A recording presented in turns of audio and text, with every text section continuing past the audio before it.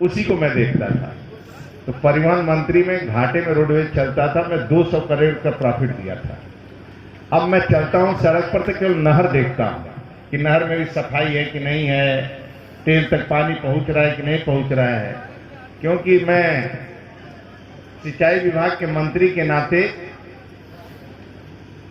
यही कोशिश करता हूं, दो ही मेरे जीवन का लक्ष्य रहता है। एक, विभाग में काम करने वाले कर्मचारी जेईई से लेकर ऊपर तक, चपरासी से लेकर सीट पर, विभाग में किसी प्रकार का शोषण न हो, इसकी नजर मेरा रहता है कि उसका 1 रुपया खर्चा ना हो, शोषण न हो, उत्पीड़न न हो।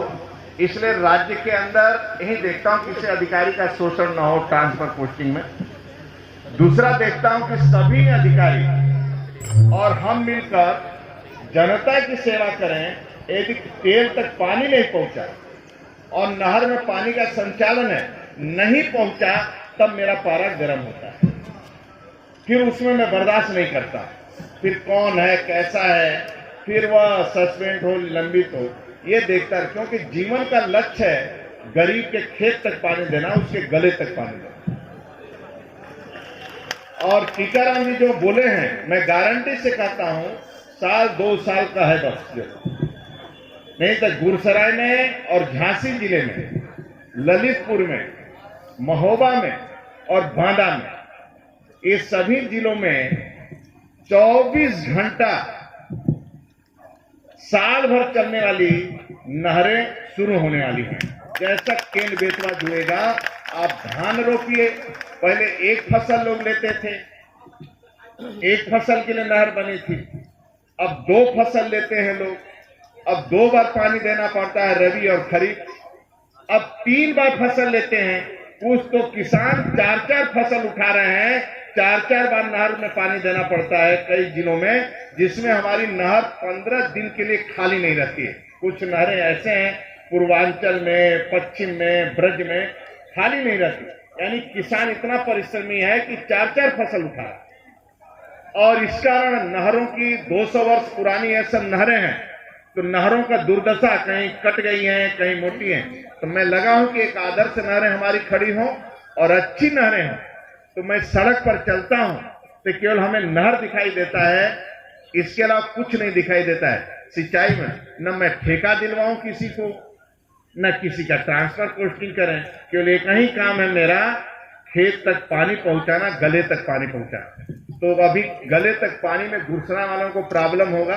थोड़ा कॉन्ट्रैक्टर यहाँ जिस स्पीड से काम करना चाहिए नहीं कर रहा है, सड़कें भी खोद कर कमी छोड़ देते हैं। लेकिन मैं गारंटी से कहता हूं, प्रत्येक गांव की सड़कें कंप्लीट हो जाएगा, तभी मैं उनको पेमेंट करने वाला हूं। ये ठेकेदार का काम है, क्योंकि मैं पैसा दे चुका हूं। इसलिए पेमेंट तभी होगा जब उनका काम पूरा हो जाएगा। मैं आप सबको, ये बुंदेलखंड की हृदय स्थली है, शौर्य के प्रतीक है। प्रथम स्वतंत्रता संग्राम महारानी लक्ष्मीबाई की कर्मस्थली झांसी रहा है, बुंदेलखंड रहा है। इस धरती पर मैं आप सबको सिर झुकाकर प्रणाम करता हूं, आपका अभिवादन करता हूं। मैं ज्यादा बात नहीं करूंगा, 2-3 शब्दों में अपनी बात समाप्त करूंगा। आपसे पूछना चाहता हूं,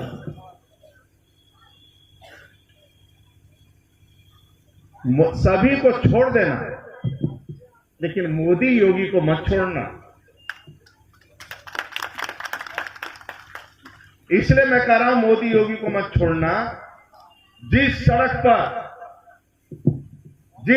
पर 12 बजे दिन में लोग नहीं निकलते थे, महिलाएं छोड़ दो, पुरुष भी 12 बजे दिन पर उस सड़क पर नहीं निकलते थे और 1 बीघा जमीन नहीं खरीद पाते थे, 1 एकड़,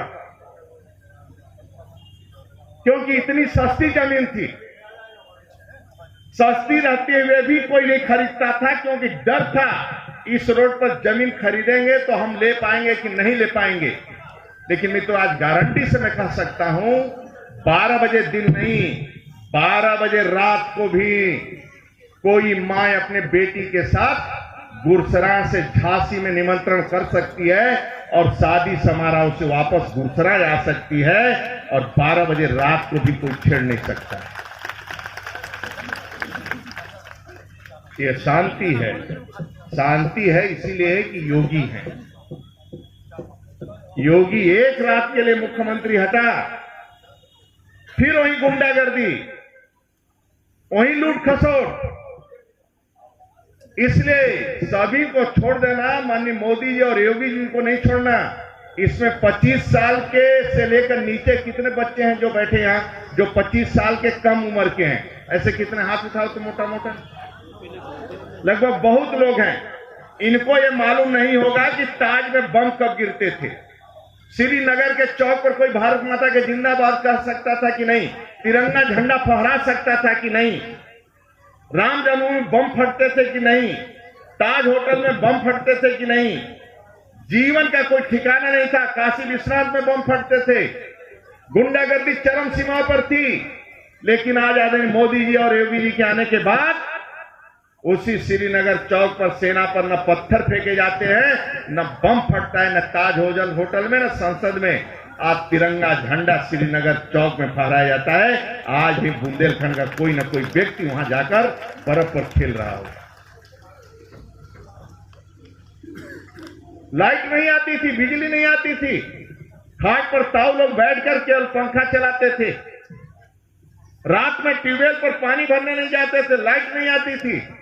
आज आदरणीय योगी जी आए तो गांव को 24 घंटे लाइट मिलती है। पहले जब थका हारा मजदूर घर पहुंचता था तो बिजली की रोशनी नहीं थी, तो मच्छर गिरेगा कि मक्खी गिरेगा, 8 रोटी के बजाय 2 रोटी खाता था।